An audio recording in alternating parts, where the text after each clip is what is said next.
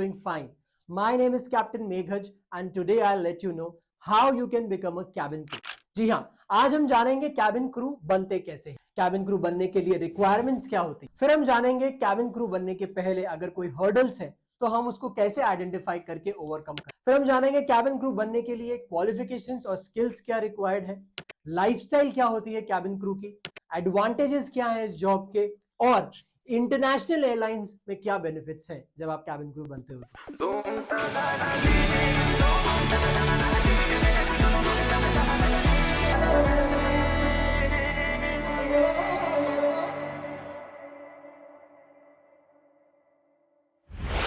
पहले हम जानेंगे कि कैबिन क्रू बनने से पहले कि कैबिन क्रू होता क्या है।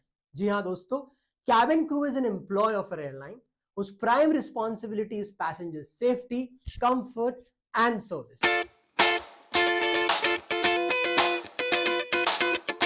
तो बात आती है रिक्वायरमेंट्स की।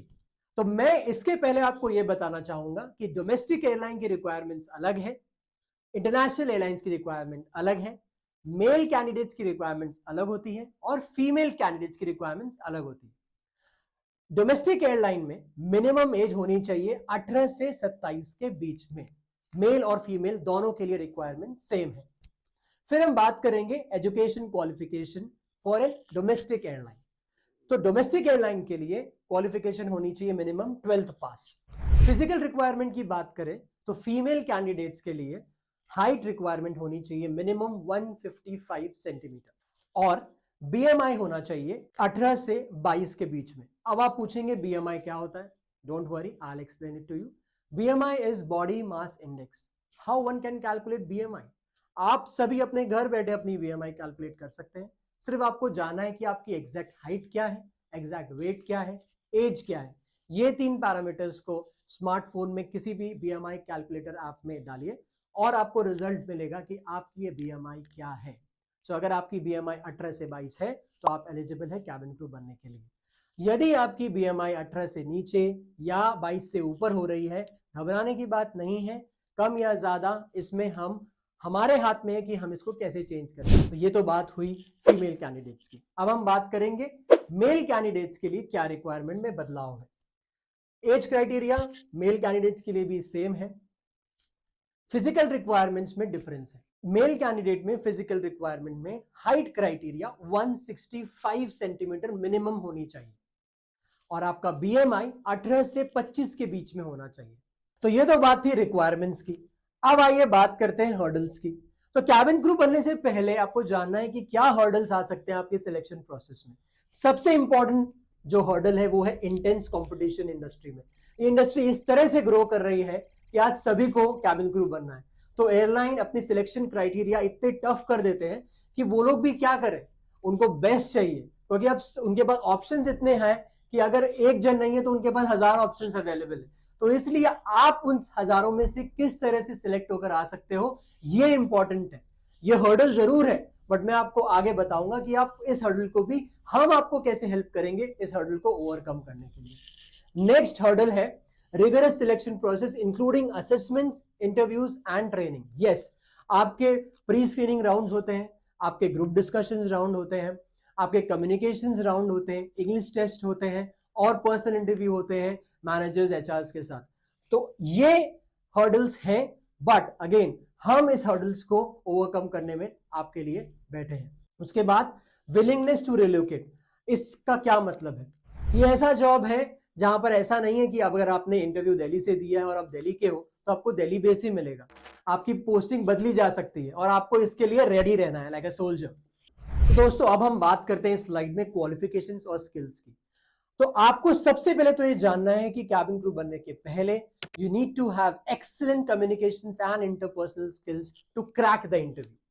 Second is you should have pleasing personality. Pleasing personality तो होगी तभी तो आप 200 यात्रियों का रोज स्वागत करोगे, उनको थैंक यू बोलोगे, उनको ग्रीट करोगे। तो you need to have a very pleasing personality to become a cabin crew. Moving forward we will talk about lifestyle of a cabin crew. Cabin crew बनने के बाद आपके लाइफ में क्या चेंजेस आने वाले, आपकी लाइफस्टाइल कैसे चेंज होने वाली है। तो हम बात करेंगे पहले लेओवर लाइफस्टाइल के बारे में कि पहले तो हम बात करते हैं लेओवर होता क्या है। समझ लो कि आज आप जा रहे हो फ्लाइट में दिल्ली से आप गए मुंबई, मुंबई से आप गए बैंगलोर, ड्यूटी हो गई आपकी खत्म। तो अब क्या आपको मिलता है बैंगलोर में कंपनी की तरफ से स्टे। अब स्टे में कंपनी की तरफ से खाना पीना रहना सब कंपनी के खर्चे पे आप करते हो। आप घूम सकते हो जितने भी टाइम आपके पास है, नेक्स्ट ड्यूटी के पहले आप जो करना चाहो उसमें आप समय का पूरा इस्तेमाल कर सकते हो। आप शॉपिंग करो, आप फन करो, पार्टी करो, तो आप सब कुछ कर सकते हो। उसके बाद फ्लेक्सिबल वर्क आवर्स, क्या होते हैं फ्लेक्सिबल वर्क शेड्यूल? तो मैं बताना चाहूंगा ये 9 to 5 जॉब नहीं है दोस्तों, ये मोनोटोनस जॉब नहीं है। यहाँ पर एब्सेंस ऑफ मोनोटनी है। मतलब आज अगर आपने किसी फ्लाइट को ऑपरेट करने के लिए उठना है 8 बजे, हाँ, और आपकी रिपोर्टिंग है 9 बजे की, तो हो सकता है कल आपको ऐसी फ्लाइट दी जाए जिसकी रिपोर्टिंग शायद रात को 1 बजे की हो, फिर अगले दिन शायद और कोई चेंजेस आ रहा है शेड्यूल में। तो ये एक लाइफस्टाइल आपकी बदलने वाली है। अगर आप 9 to 5 जॉब से बोर हो चुके हो तो ये बेस्ट अपॉर्चुनिटी आपके लिए कि आप कैबिन क्रू बने और इस लाइफस्टाइल का मजा उठाएं। Now let's talk about work environment and cultural experiences. आप क्या एक्सपीरियंस करोगे रोज? आप एक्सपीरियंस करोगे एक नया बॉस, 4 अलग अलग सेट ऑफ क्रू, आप एक्सपीरियंस करोगे 200 नए यात्री। आज आप जिसके साथ फ्लाई कर रहे हो शायद आप उनका चेहरा 1-2 साल तक देखो ही नहीं।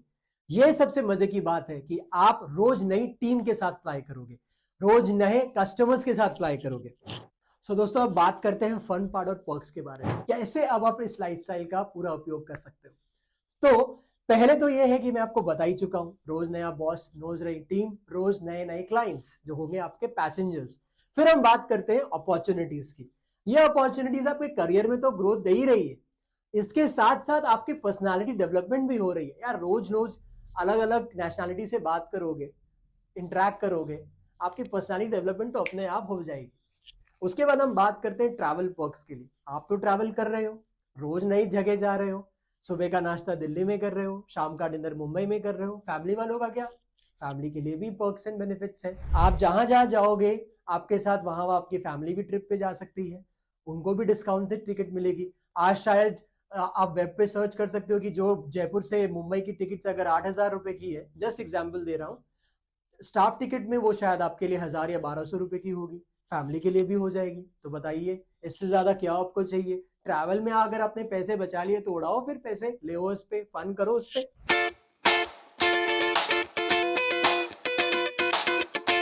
तो अब बात करते हैं एडवांटेजेस क्या क्या है कैबिन क्रू बनने के बाद। तो पहला एडवांटेज है, मैंने आपको ऑलरेडी बता दिया है, हर रोज नए लोगों के साथ फ्लाई करोगे, नया बॉस होगा, रोज नए पैसेंजर्स के साथ फ्लाई करोगे। आज इन पैसेंजर्स का मुंह देखना पड़ रहा है, कल शायद उनका नहीं देखना पड़ेगा, कल शायद उनको वेलकम नहीं करना पड़ेगा। दूसरा एडवांटेज है competitive salary with additional allowances and bonus. ये है ना बात, यहां चखना है असली मजा कि भाई इतने काम करने के बाद, कम्युनिकेशन स्किल्स हासिल करने के बाद, इंटरव्यू रिगरस ट्रेनिंग प्रोसेस को तोड़ के आगे जाने के बाद सैलरी कितनी मिलेगी भैया? तो दोस्तों, भाई और बहनों, सैलरी तो मेन इसका पर्क है। आपको मिनिमम सैलरी डोमेस्टिक एयरलाइन में मिलती है 35 से 40,000 के बीच में। इंटरनेशनल एयरलाइन में आपको मिनिमम पैकेज स्टार्ट होता है आपका ट्रेनिंग पीरियड में 70 से 75,000 के बीच में। और एक बार आप एक्सपीरियंस ले लेते हो, आपको minimum 6 to 1 year of flying हो जाता है, तो आपकी सैलरी बढ़ती है। आप जिस तरह से रोज हर महीने फ्लाई करते हो, जैसे जैसे आपके आवर्स बढ़ते हैं वैसे वैसे आपके फ्लाइंग अलाउंसेस पर आवर के हिसाब से आपका पे स्केल बढ़ता रहता है। अलाउंस क्या होता है? तो दोस्तों अगर बात करें डोमेस्टिक फ्लाइट की, आज आप गए जयपुर से मुंबई, मुंबई से दिल्ली, दिल्ली से कोचिन, कोचिन में आके आपको कंपनी ने स्टे दे दिया। तो इस स्टे में आपका खाना पीना रहना सब कंपनी के ऊपर है। उसके अलावा आपको अलाउंस मिलेगा जो आपकी सैलरी के साथ क्रेडिट होके आएगा, है ना? बहुत ही अच्छी बात। अब इंटरनेशनल फ्लाइट अगर कर रहे हो, मान लो यहां से गए जयपुर से बैंकॉक, बैंकॉक में आपके कंपनी ने आपको दिया है लेओवर, तो अब आपको बैंकॉक की करेंसी में अलाउंस मिलेगा जो कि $80 से लेकर $100 के बीच में कुछ भी हो सकता है ना? अच्छी बात। अब बात करते हैं हेल्थ इंश्योरेंस और रिटायरमेंट बेनिफिट्स पे। तो दोस्तों आपको खुद के लिए तो हेल्थ इंश्योरेंस कंपनी देगी, आपके फैमिली मेंबर्स के लिए भी हेल्थ इंश्योरेंस कवर्ड है जो कि कंपनी अपने थर्ड पार्टी से आपको दिलवाती है। अब हम कह रहे बात रिटायरमेंट्स और बेनिफिट्स की। तो दोस्तों इंडिया में मिनिमम एज कैबिन क्रू तक आप जो फ्लाई कर सकते हो डिपेंड करता है आप मेडिकली फिट कितने हो। अगर आप मेडिकली फिट 45 ईयर्स तक हो, आप फ्लाई करो। अगर आप मेडिकली फिट नहीं हो उसके पहले, कोई बात नहीं, ऑप्शंस है। आप दूसरे पोजीशन में अप्लाई कर सकते हो, आप ग्राउंड जॉब्स पे आ सकते हो। अब ग्राउंड जॉब्स का मतलब मैं आपको समझाना चाहूंगा, आप एक बेस होता है अपने आपके अंडर, मान लो 200 या 300 क्रू है, आप क्रू के मैनेजर बन सकते हो, आप ऑडिटर बन सकते हो, आप ट्रेनर बन सकते हो। सर्विस ट्रेनिंग होती है, सेफ्टी ट्रेनिंग होती है, फर्स्ट एड ट्रेनिंग होती है, जिनके बारे में आपको मैं बताऊंगा। अपॉर्चुनिटी ये है कि 3-4 साल 5 साल आपने फ्लाई कर लिया, अब स्विच करना चाहते हो कर लो, ट्रेनर बन जाओ और सबको बताओ कैबिन क्रू बनते कैसे हैं। तो दोस्तों आगे बढ़ते हैं कि और क्या क्या एडवांटेजेस हैं और क्या क्या रिक्वायरमेंट्स है इंटरनेशनल एयरलाइन ज्वाइन करने से पहले। तो अब बात करते हैं एयरलाइन बेनिफिट्स की। एक बार आप लोगों ने अगर किसी भी डोमेस्टिक एयरलाइन में एक्सपीरियंस ले लिया है, मिनिमम 6 महीने से लेकर 2-3 साल जितने भी, अब आपको एयरलाइन स्विच करनी है। आप डोमेस्टिक का मजा ले लिया आपने, आपको इंटरनेशनल एयरलाइन ही ज्वाइन करनी है, कोई बात नहीं, कर सकते हो। Minimum age criteria international join करने के लिए है 21 ईयर्स। यस, जैसे डोमेस्टिक में 18 थी, यहां पर 21 है। अपर एज लिमिट यहां पर कुछ डिफाइंड नहीं है। मैंने देखा है इंटरनेशनल एयरलाइंस जैसे कि कतर 35, 36, 40 तक भी लोगों को रिक्रूट करती है। Again airline to airline differ होता है criteria, but minimum age criteria is 21 years.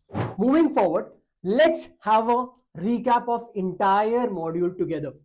Okay, so key requirements and qualification to become a cabin crew member, encouragement to pursue opportunity in aviation industry.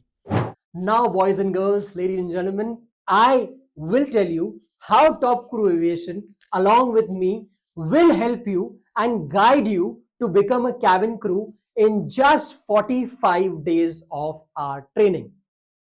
So now we have introduced this module, a crash course of, as I mentioned, for 45 days, how you can become a cabin crew. So friends, I've already talked a lot about eligibility, requirements, criteria, but still, if you feel that you have any doubt, any concern, please get in touch with my team, or if you are lucky enough, you can reach out to me on the number flashing in your screens. So what are we offering in these 45 days? One might think that 45 days just what shall they teach? One might think that what are they teaching in 45 days? So please give me this opportunity to introduce our course module to all of you. This is a very exciting course module, ladies and gentlemen. We will guide you the basic elements of in-flight cabin services.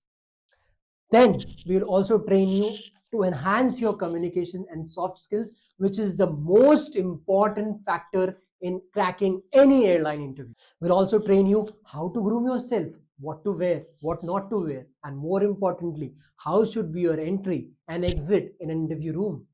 We'll also talk about general discussion points, how to present yourself in front of the jury who will be taking your interview. I'll also train you about aviation security, dangerous good, crew resource management, interview preparation, time management, and group discussion. So friends, let me tell you, the value for this course is 75,000, but we do understand that you must have already paid to several other institutes. So understanding your point, we are introducing this 45 days crash course for you for just 28,000. Still you have any doubt concerning to this module or any other doubts, you may get in touch with the number already mentioned in the previous slide. Thank you and see you in the next batch.